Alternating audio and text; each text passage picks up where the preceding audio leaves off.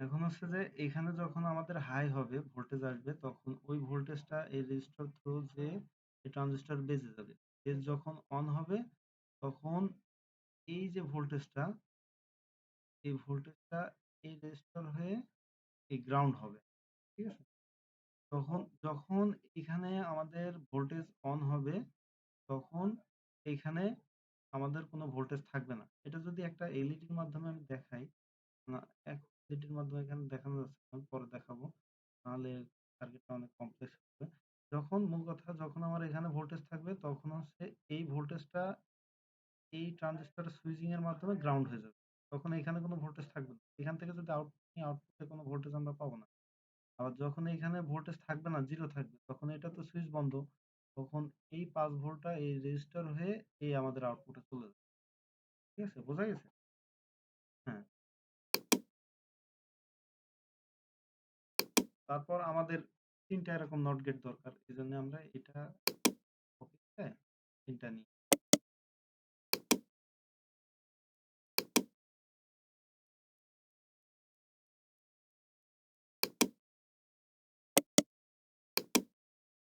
৩ টা নিয়ে নিলাম।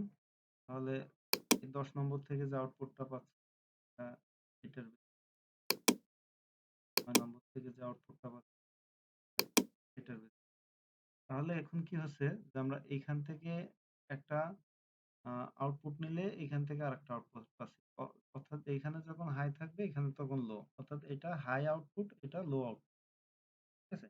তো এখন আমাদের MOSFET এর গেট অপারেট করার জন্য আমাদের MOSFET গেট ড্রাইভার আইসির প্রয়োজন হবে। তো আমরা MOSFET গেট ড্রাইভার আইসি দিলাম। তো এখানে MOSFET গেট ড্রাইভার আইসি দিলাম। MOSFET গেট ড্রাইভার আইসির যে V প্লাস তাদের সাপ্লাইয়ের এখানে আমরা আ একটা পাওয়ার নিব। পাওয়ার দিব।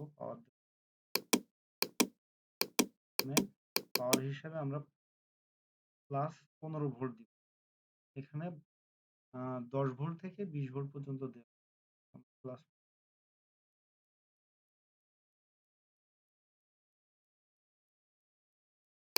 এই আইসির কাজটা মূলত আমরা তো এখানে পালস পাচ্ছি, এগুলো হচ্ছে ৫ ভোল্টের পালস। ৫ ভোল্টের পালস আমরা এখানে দিলে আমাদের এই আইসির মাধ্যমে এই যে আউটপুটে যে পালসটা আসবে সেটা ১৫ ভোল্টের পালস।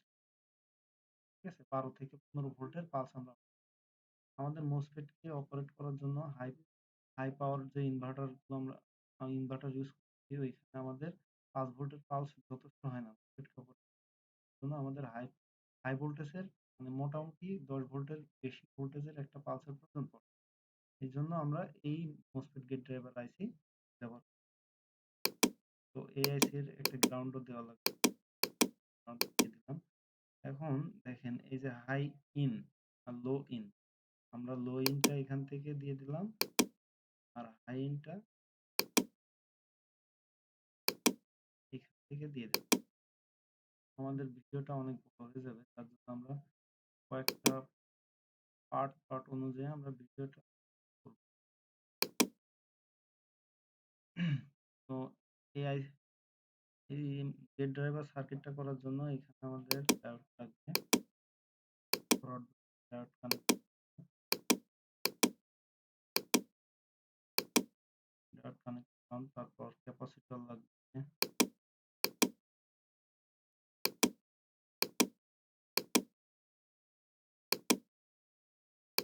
পিএস কানেক্ট করতে ক্যাপাসিট্যান্সের ভ্যালু আমরা দিব এখানে 2 মাইক্রো। একইভাবে আমাদের এরকম ৩ টা গেট ড্রাইভার আইসি লাগবে। আমরা যে আউটপুট সেটা আছে হাই আউটপুট আর লো আউটপুট। আমরা একইভাবে তাহলে এই সার্কিট কপি ৩ টা সার্কিট থেকে সার্কিট কপি করে ৩ জায়গায়।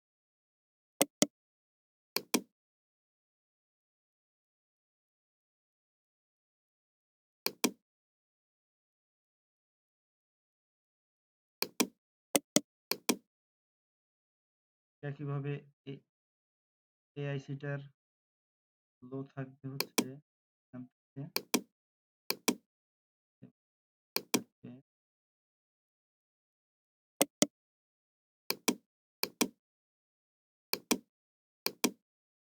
হাইটা নিলাম আমরা, এই যে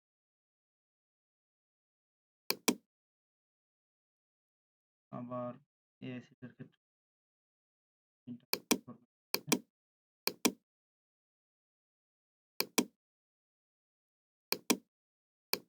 পিনটা কানেক্ট করবো থেকে যে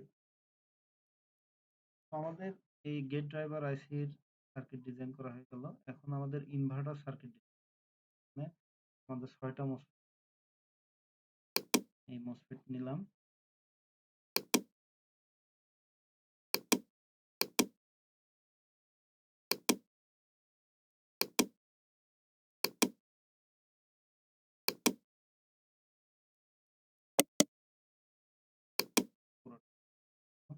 এর গেটে যে ভোল্টেজটা আসবে ওইখানে আমরা একটা রেজিস্টর ইউজ করবো, একটা ডায়োড ইউজ করবো। ডায়োডটা রিভার্স বায়াসে, রেজিস্টরটা ফরওয়ার্ড, রেজিস্টরটা ইউজ এখানে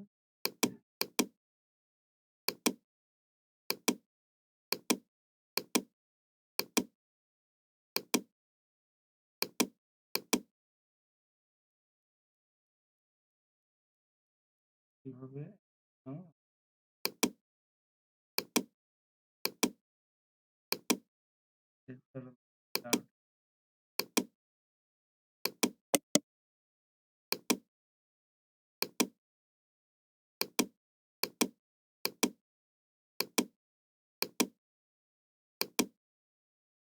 তারপর আমাদের এই আইসিটা থেকে যে এটা আমরা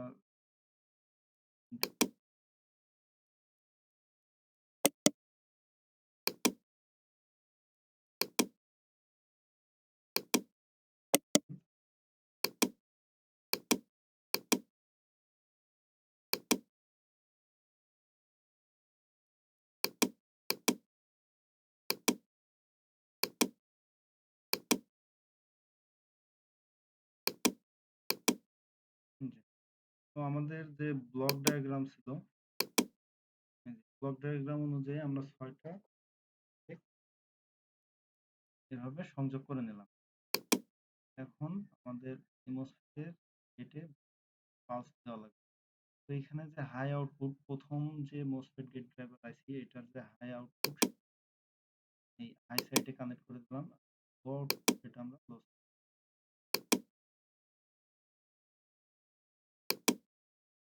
সাইডে কানেক্ট। একইভাবে দ্বিতীয় গেট ড্রাইভার আইসির হাই আউটপুটটা আমরা লাইনের মোসফেট কানেক্ট,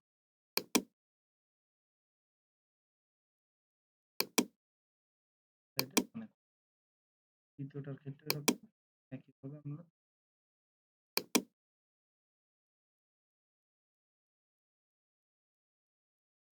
হুম,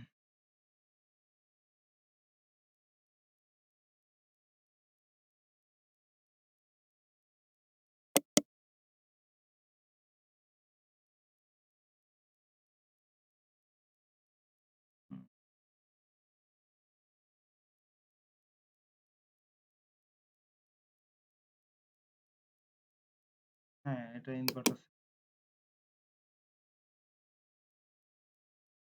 না ডিসি টু এসি করবো হবে এখানে ইনভার্টার তো আমাদের ডিসি টু এসি করবো। এখন এই যে মসফেটের যে গেটে যে রেজিস্টার গুলো ইউজ করছি এখানে দেখো যে 10K আছে আমাদের এখানে একটা লো মানের সুইচেবল রেজিস্টার কানেক্ট করা হবে। এটা আমরা 700 ওহম দিলাম, 700 ওহম দিলাম, ওহম দিলাম।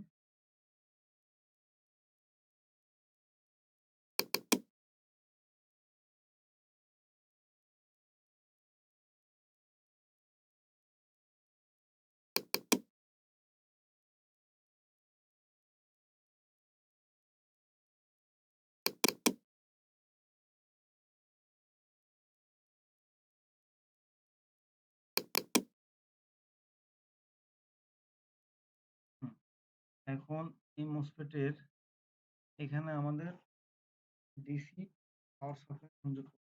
আমরা একটু পাওয়ার সাপ্লাই